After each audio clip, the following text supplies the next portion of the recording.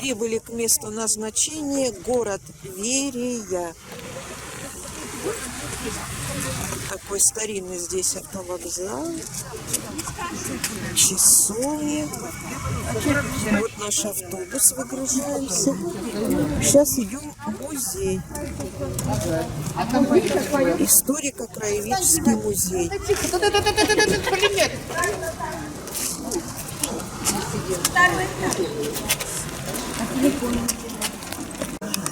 Нет, она не с ним ходит. А вы все ушли, нет?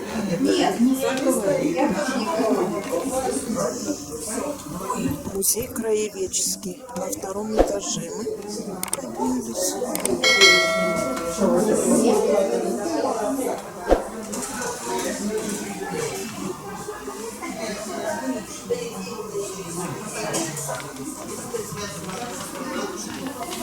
Чукуночки, заслоночки к печи.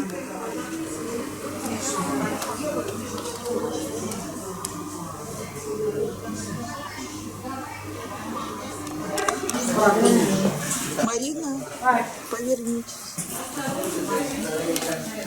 Вы для истории, да? Мы все внимание. Вы как-то разбрелись, кофе попили, разгулялись. Взбодрились? Ну, подходите. Значит, давайте представлюсь. Зовут меня Евгения, я ваш экскурсовод по музею. Ко мне какие-то вопросы задавайте, постараюсь на все ответить.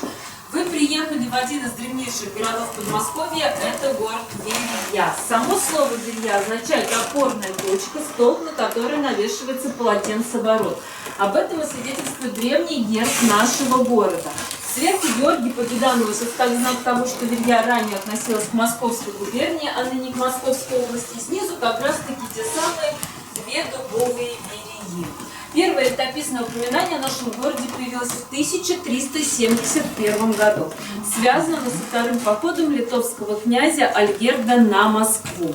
Но существовало мнение, что Верия где-то примерно ровесница Москвы. Историк Татищев писал, что в 1159 году проходила княжеская свадьба в местечке Вереща. Выходила замуж внучка Юрия Долгорукова. Но, к сожалению, по источникам это более нигде не доказано, что Верия и Вереща это одно и то же. Повторюсь, это исчисление 1371 год. За время своего существования Верия была самостоятельным удельным княжеством. В 15 веке у нас княжил свой князь Михаил Андреевич, князь Верейский. И во время его правления чеканились даже свои серебряные монеты. Также, наверное, обратили внимание на картину с изображением Ивана Грозного. Висит она у нас в музее не зря. Иван Грозный любил Верью и приезжал сюда на соколиную охоту. И даже когда наши князья умерли, хотел, чтобы Верья в честь него называлась Ивашка. Но это название не прижилось, Верья так и осталась Верьей, потому что всегда считалась воротами в Москву. На рассвете своего города достигает ближе к 18 веку. Именно тогда был образован наш уезд, Верейский уезд, и в него входило 8 властей. Был он от Можайска до Кубинки. Наши местные жители занимались сельским хозяйством, предпочитали посредничеству, торговлю. И в частности, свой лук и чеснок они продавали даже за границу.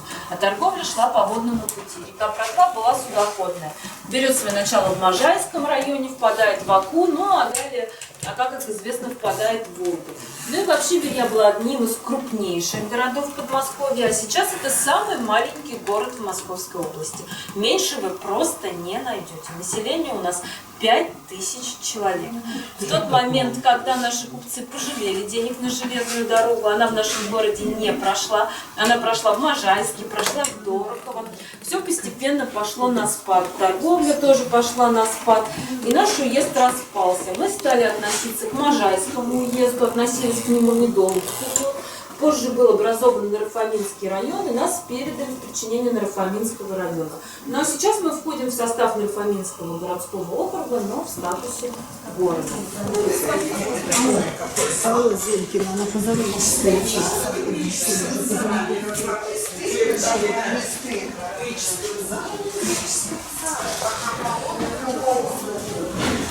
Ой, платье какое. Это наш конференц-зал. Наше училище. Это был музыкальный зал. Здесь проходили балы, проходили музыкальные занятия. Сейчас в стеклянных витринках это выставка фарфора и фаянса, графическая мебель в одном из домов нашего города. И после того, как нам зал открывали после ремонта, нам ее как раз подарили. Но единственная обшивка, современная обшивка уже менялась.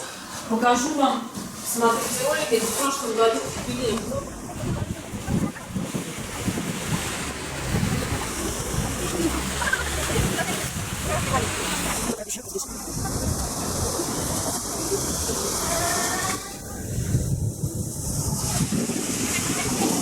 Сколько много домов вот этих двухэтажных. Мы говорили, зал у нас был, представляете? И многие дома сейчас сохранились. Но самые богатые, конечно, дома были вокруг торговой площади. То есть здесь это же был прелестный город, поэтому и ярмарки были большие, и купцы сюда приезжали. Знаю, но на фотографиях мы ее с вами видели конца 19-го, начала 20-го. Эта часовня находится на торговой площади. Она раньше так называлась, сейчас площадь Советская. И в этой часовне находится удивительная икона Параскевы Пятницы. Мы обратно пойдем, вы сюда зайдете.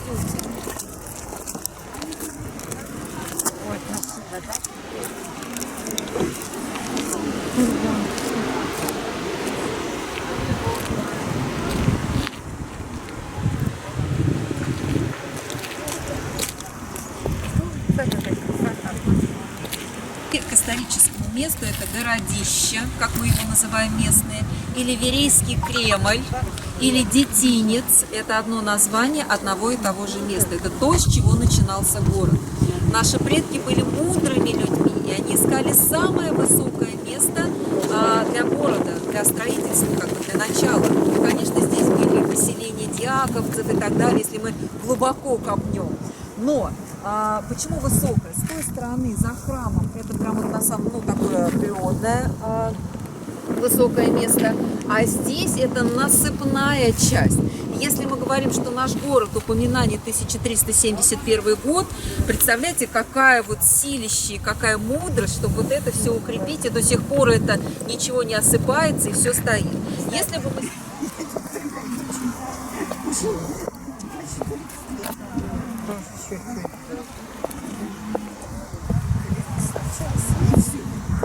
Вот он за рекой.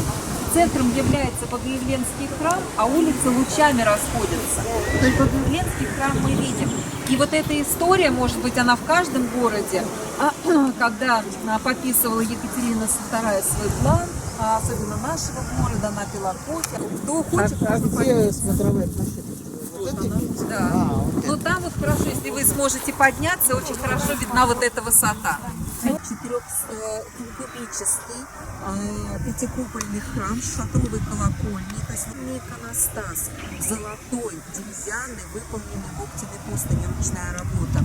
Икона Николы Велийского, деревянная скульптурная, с которой 11 августа выходит вот оттуда пешком через Заречье и обходят все наши храмы, то есть как бы защищают каждый год наш город, вот именно Никола Верейский.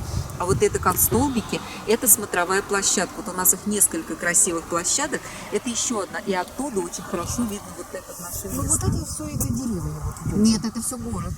вот эти дома, да, дачи или как они? Нет, это все частные дома, как и у нас здесь верхний, да. Вот, а вот он, я же говорю, мы ничего не поменяли. Это вот она, эта часть. Просто эта часть. Это за рекой, да, за Там протоком. уже у вас идут высотки. Да, то есть получается верхний город, как бы нижний город. Это вот как раз, вот он, просто по-другому улица расположена.